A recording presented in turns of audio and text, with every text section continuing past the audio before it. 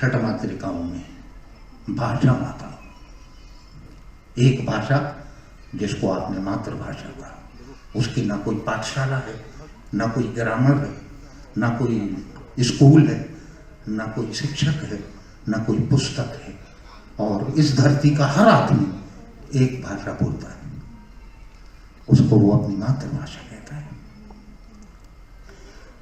ये वाक्य की जो शक्ति है ये जीवन के साथ ही आती है। बाकी आप भाषाएं जो जीवन में सीखते रहते हैं वो सब अलग, उनके स्तर अलग है, विचेतना में उतनी गहराई तक नहीं जाती हैं।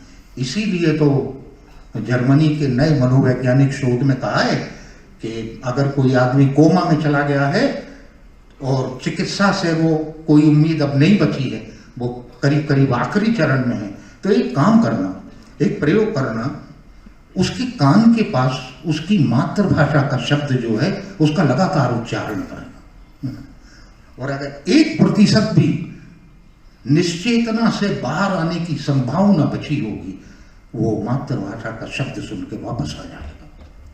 और अगर ऐसा नहीं होता है तो फिर इस संसार की कोई भी औषधि फिर से उसको चेतना में लौटा नहीं सकती है। पसंद इतनी गहरी जाती है मातृभाषा, हमारे अस्तित्व में इतनी गहरी जाती है। इन 6 मातृकाओं में भारत का लोक जो है वो विस्तारित है, उसका बोध विस्तारित है, उसकी चेतना विस्तारित है। अब कुछ लोग जो हैं जैसे आधुनिकता के वृक्ष एक विमर्श खड़ा करते परंपरा के लिए, और वो लोग, दुख होता है ये देख के, ऐसे लोग जिनने अपनी आधुनिकता रची ही नहीं, जिनने पश्चिमीकरण को ही भारत की आधुनिकता बना दिया, वो प्रश्न चिन्ह लगाते हैं, वो तुलना करते हैं, वो पिछड़ा हुआ कहते हैं, वो गई गुजरी चीज समझते हैं। क्या विडंबना भारत के भाग्य में। ये जो उधारी के आधुनिक शब्द में कहता हूं तो गलत नहीं कह रहा।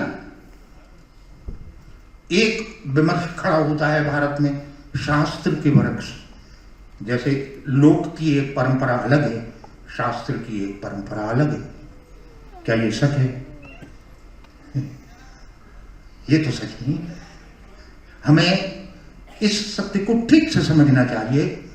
परम चेतना में साधना की जो ज्ञान प्रकाश रूप में उद्भूत होता है, प्रकाशित होता है, वो सबके उत्तराधिकार की तरह सबकी चेतना में व्याप्त हो जाता है, वो सबका होता है। फिर उसको मिटाने का कोई उपाय नहीं। इस अर्थ में एक बिना पढ़ा लिखा भारतीय जो है भारतीयता के सार को और ज्ञान के सार को जानता है, वो पाप और पुण्य के बीच के अंतर को जानता है, वो अच्छाई और बुराई के अंतर को जानता है, वो करनी और अकरणी के बीच के अंतर को जानता है। वो जानता है कि बिना उद्यम के उसको किसी भी तरह की संपदा चाहिए ही नहीं। बिना उद्यम के जो लक्ष्मी तुम्हारे पास आएगी वो उत्पात मचा देगी तुम्हारे जीवन में। राष्ट्र के जीवन में भी उद्यमी होना पड़ता है, लक्ष्मी के लिए उद्यमी होना पड़ता है, वो जानता है।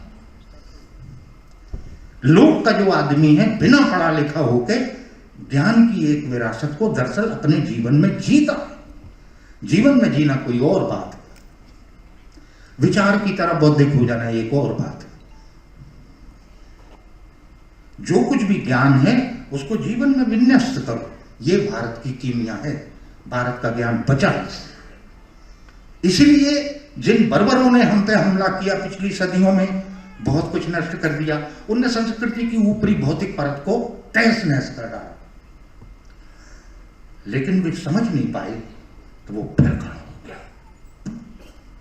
और फिर खड़ा हो गया, क्योंकि उसका जो ज्ञानात्मक बीज था उसको नष्ट करने का कोई उपाय नहीं था। वो शस्त्रों से नहीं होता, उससे बड़ा ज्ञान हो अगर तो ही उसका मुकाबला किया जा सकता। ये तो संभव नहीं था कि तलवारें लेके आप ज्ञान से लड़ना। लोगों के सिर काट दोगे, लोगों की चेतना का क्या करोगे? ये संभव नहीं। हर बर्बरता इस देश ने झेल ली, सभ्यता का विरूपीकरण बहुत भौतिक सतह पे हुआ, लेकिन उसका जो आत्मचेतस रूप था और उसका जो ज्ञानात्मक आधार था, उसके पास एक ऐसी शक्ति है कि लड़ने के लिए सामने कोई ज्ञान ही नहीं था। पराभूत कैसे? पराभूत करने ग्रीक नॉलेज से करेंगे, रोमन नॉलेज से करेंगे, चाइनीज नॉलेज से करेंगे, इजिप्शियन नॉलेज से करेंगे, कैसे करेंगे? ये संभव नहीं है। तो उसमें एक अंतर्निहित शक्ति है, तो उसकी भौतिक परत को आप कितनी भी बार नष्ट कर दें, वो अपनी पुनर्रचना उस आधार पर फिर से कर लेती है। इसलिए मैं बार बार कहता हूं मित्रों, भारत में संस्कृति की जो रचना है, वो रचना एक ज्ञानात्मक आधार पर की गई।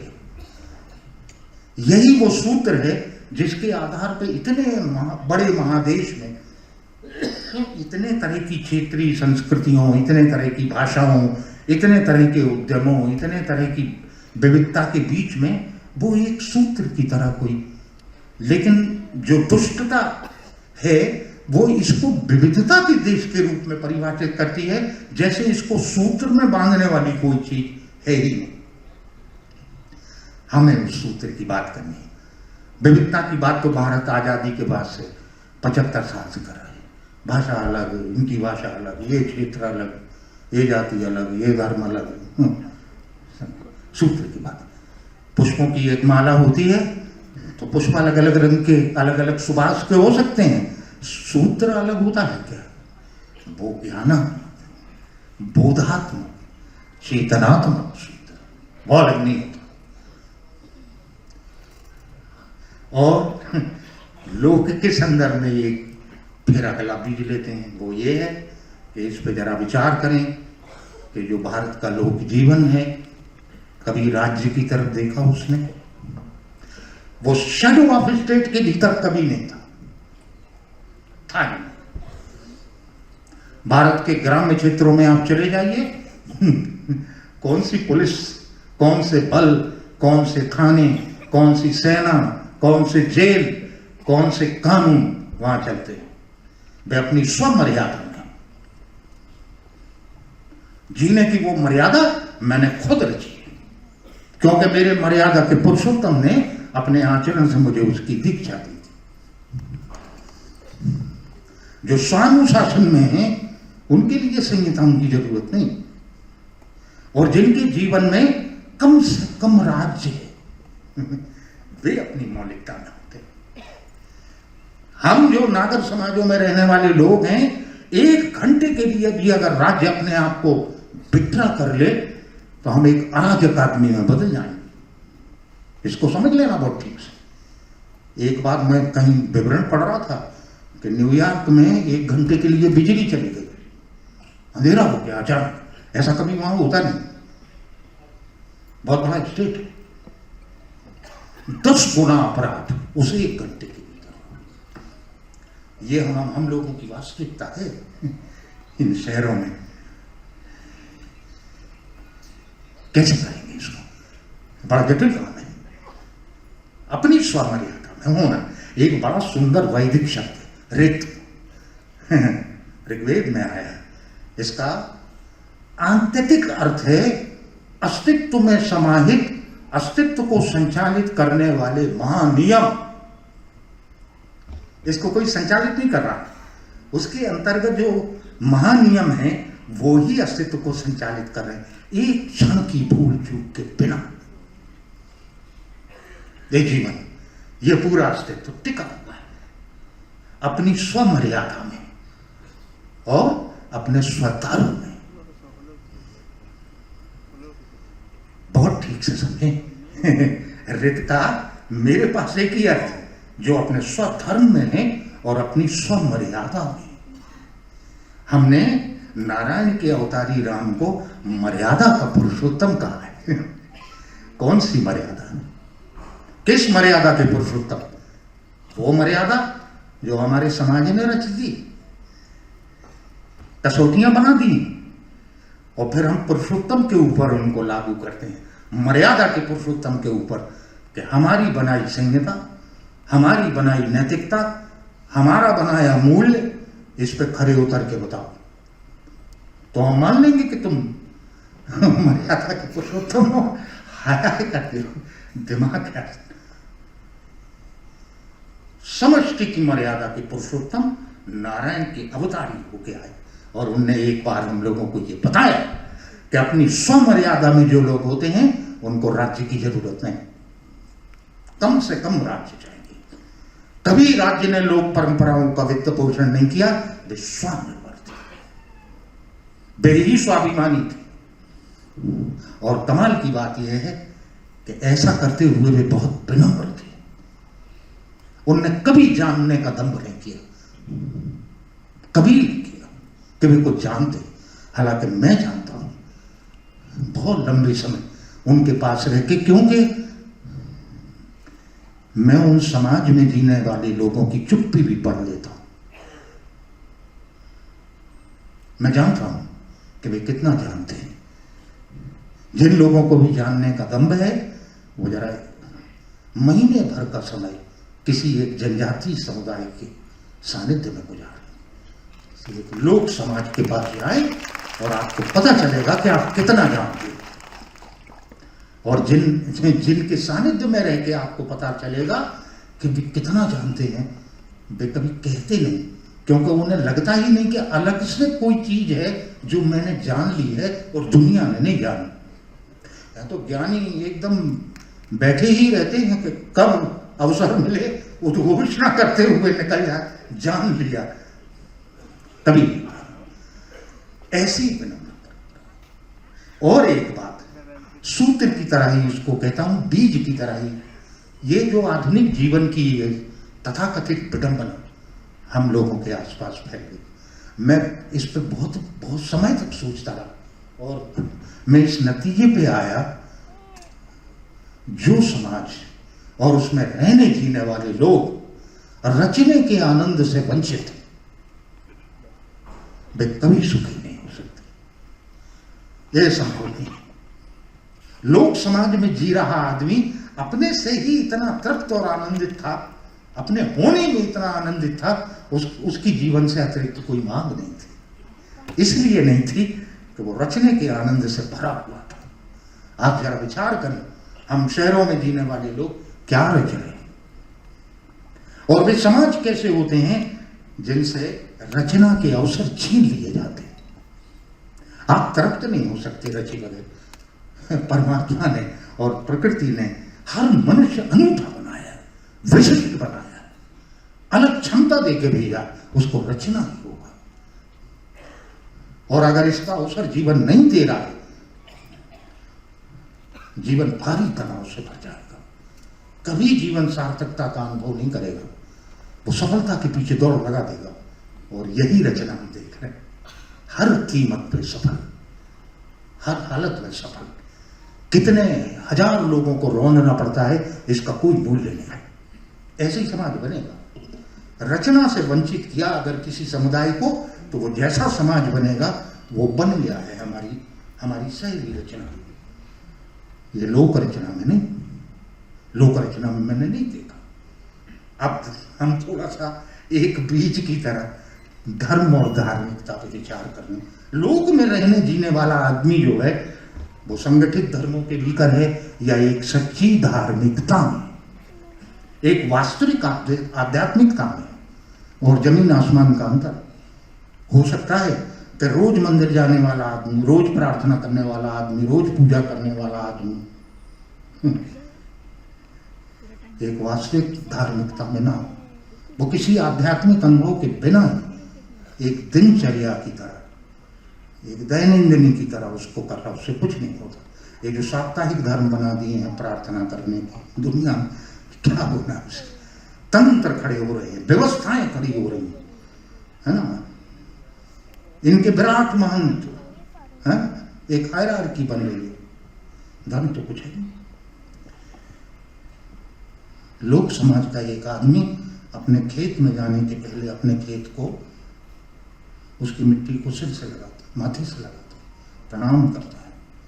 हो गया मंदिर, अलग से क्या मंदिर? उसके द्वार से कभी कोई आदमी भूखा नहीं जाता। उसके पास खाने के लिए अगर है तो वो उसको अवश्य देगा। और अगर इतना ही है कि सिर्फ वो अपना पेट भर सके, उसमें से भी किसी को अपना हिस्सा दे देगा। होगी पूजा। इसको ये जो आध्यात्मिकता का वास्तविक और नगद अनुभव है, इसको रिप्लेस किस चीज ने किया है? संगठित धर्मों की तांत्रिकता। उन्होंने धर्म को ही बेदखल कर दिया। तो हमारे लोक समाज जो है वो जैसे शेडो ऑफ स्टेट के भीतर कभी नहीं, बिल्कुल ठीक इसी तरह से वो शेडो ऑफ ऑर्गेनाइज्ड रिलीजन के भीतर कभी नहीं थे। उन्होंने मुक्त किया। उन्होंने कहा तुम चुनो। इस देश की परंपरा ने ही मुक्त किया। तुम अपना धर्म, अपनी प्रार्थना, अपनी साधना, अपना देवता, अपना तीर्थ, अपना धर्म ग्रंथ चुनने के लिए स्वतंत्र। क्या दुनिया में ऐसे इतनी स्वतंत्रता कहीं और दी गई? मुझे तो नहीं लगता। जितना मैं जानता हूं दुनिया थोड़ा ही जानता हूं। फतवे होते हैं, सिर कलम होते हैं, बेदखली होती है, सूलियां होती हैं, कोई मुक्त करना नहीं चाहता। वो मेरे देश था और वो मेरी ही परंपरा थी जिसने मुझे अपनी धार्मिकता तक के लिए स्वतंत्र कर दिया। दुनिया में एक सच्ची आध्यात्मिकता के लिए यह स्वतंत्रता बहुत आवश्यक है। और जिन समाजों को वो नहीं मिली वे कुंठित धार्मिकता के समाजों में बदल जाते हैं, जो अंततः एक दिन बर्बर होते, दूसरों पर हमला करते। जो अपने को नहीं जीत पाते वे दूसरों को जीतने के लिए ललायित रहते पूरे समय। एक युवा मुझसे कह रहा था, भारत ने तो कभी किसी पे हमला नहीं किया। हमने कहा जी आपको अफसोस हो रहा है क्या? कर देना चाहिए। अजीब से अफसोस है। हमने कहा देखो भाई, हमारे पास ये विश्व विजय करने वाले लोग आए, ये दुनिया जीत रहे थे, तो हमने उनको देखा, समझा। हमारी परंपरा हमसे ये कह रही थी कि ये धरती जो है न जीतने के लिए होती है, न हारने के लिए होती है, रहने के लिए होती है, वो भी कृतज्ञता। चलो मत पढ़ना, बड़ी झंझट में पड़ जाओगे। तो उन्होंने कहा जीते क्या? अपने आप को जीतो। तुम ही जीतने के लिए अपने सामने सबसे बड़ी चुनौती। तुम एक सच्ची धार्मिकता में होगे जिस दिन तुम अपने क्रोध से युद्ध करोगे। तुम एक सच्ची धार्मिकता में होगे जिस दिन तुम अपने अराजक काम को नियंत्रण में लोगे, इच्छा और वासना से संघर्ष करोगे।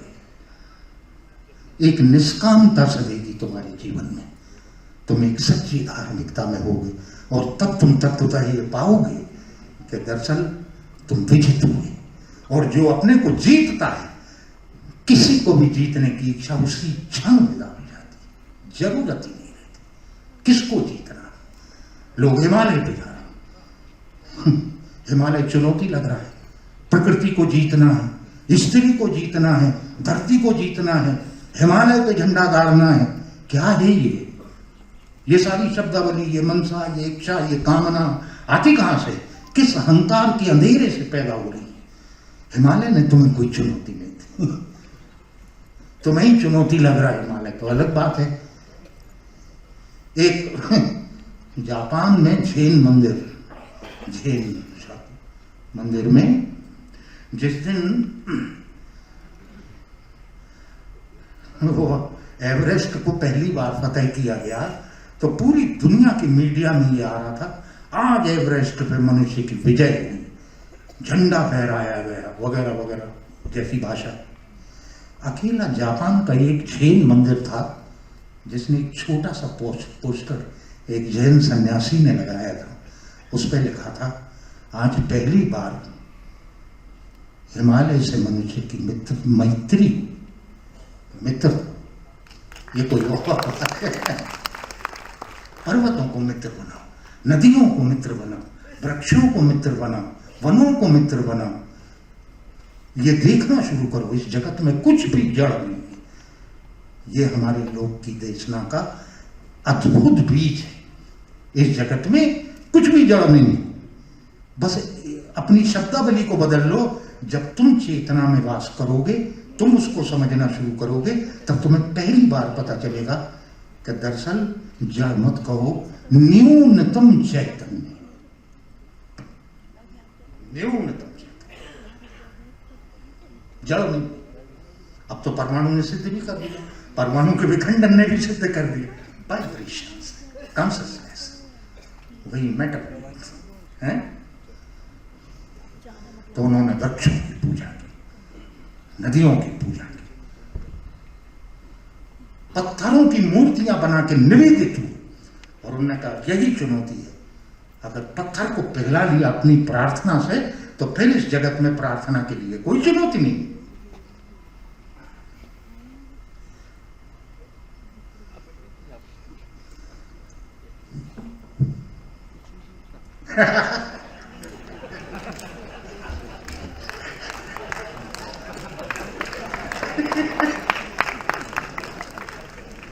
मैं लोग के काल पे आना चाहता था, काल बोध पे एक आध बीज। ये देवी जी आई और इन्होंने कहा रहने दो टाइम।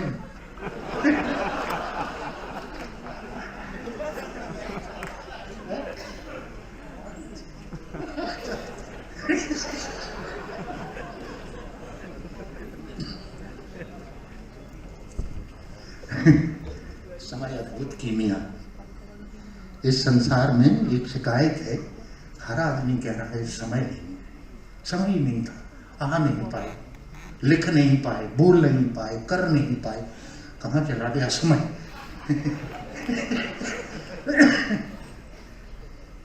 सप्ताह जो है वो 6 दिन का नहीं हुआ, महीना जो है 28 दिन का नहीं हो गया, वर्ष जो है 354 दिन का नहीं हुआ। कमी कहाँ रहेगी? उतने का कहाँ है? शिकायत ये है समय ना था। तो जीवन में जीवन की गति को जितना बढ़ा दोगे, समय उतना कम हो जाएगा।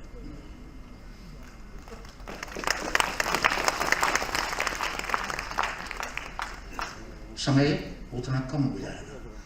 मैं एक ऐसे लोक समाज के और भारत में बातचीत कर रहा हूँ आपसे, जिसके पास बहुत समय था, जिसने कभी शिकायत नहीं की, समय न था। और जिन समाजों के पास समय नहीं होता, वे रचने वाले समाज नहीं, उपभोक्ता समाज होते। रचने के लिए समय, अवकाश चाहिए। हम समय कहीं नहीं गए, जीवन की गति को बढ़ा दिया और एक मिथ्या व्यस्तता में चले गए। ये मिथ्या व्यस्तता क्या है? 24 घंटे का गणित लगाएं और सच्चे मन से एक बार ये लिख दें कि इन 24 घंटों में आपने क्या क्या किया है।